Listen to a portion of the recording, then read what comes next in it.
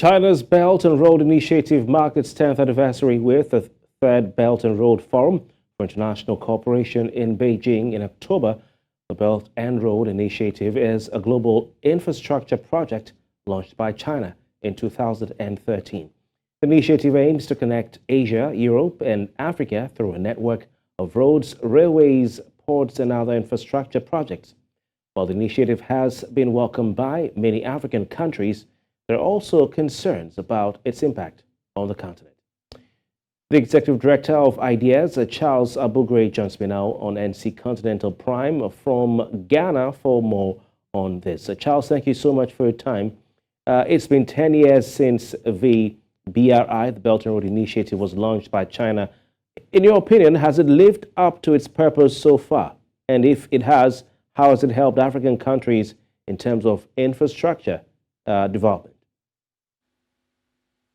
Yeah, good evening. Thanks for having me. From the Chinese perspective, the Belt and Road Initiative has been exceedingly successful. Note that the Belt and Road Initiative follows a very successful nearly 2 decades of gradual liberalization since Deng Xiaoping became Prime Minister and opened up the economy. That gradual liberalization was advised to them by the Singaporeans, and within a period of 2 decades, they became the manufacturing center of the world. Around that same time that they were opening up gradually and setting up export processing zones, the Americans in particular were liberalizing their finance, and finance was looking everywhere for a return and ended up investing in China. So China became the largest trading country in the world, and it was looking for a way to consolidate that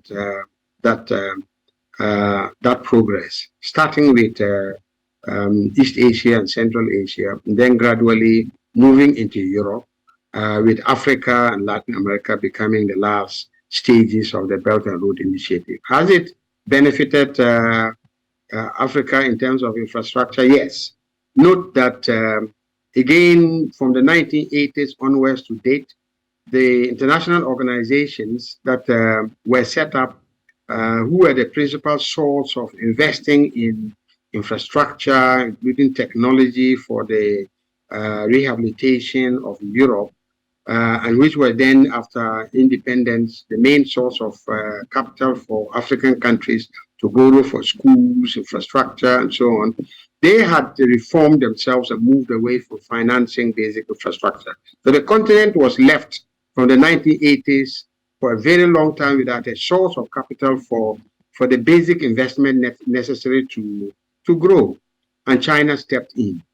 Its impact has not been even, because the Belt and Road Initiative and China's investment are concentrated in a few countries. But those countries have seen very major transformations in some of their infrastructure, energy and transport in particular.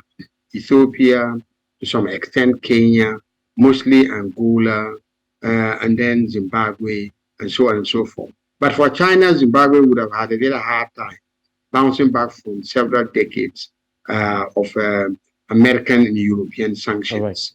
Was the benefit even and costless? No.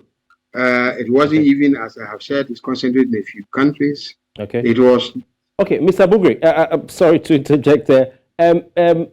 Abugre, the Belt and Road Initiative is premised on 5 pillars: policy, coordination, facilities, connectivity, unimpeded trade, financial cooperation, and people to bonds. What's your assessment of these as they relate to Africa's industrial and infrastructural growth?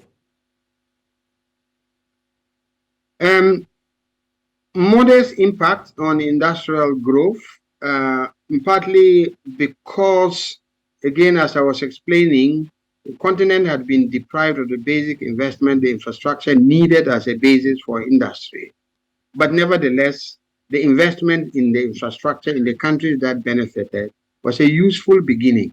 It was an important input into the African infrastructure ambitions, connecting many parts of the continent. But our benefits, the extent to which we benefited, also were a little constrained by our ability to plan in such a way that we coordinate our sectors, we coordinate our logistics. And so countries benefited, but not in a coordinated and connected manner that the Belt and Road Initiative envisaged, which is necessary to stimulate not just trade, but industrialization.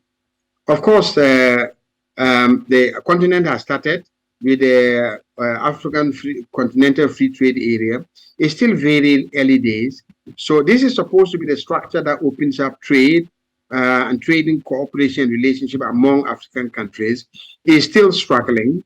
It is not. We haven't seen that much progress in it, but it's a beginning. And therefore, continuing a relationship, say with China and others, the BRICS countries generally, that also includes India and then increasingly the Arab countries, that will provide the basic infrastructure necessary to make industrialization feasible, is the next way forward.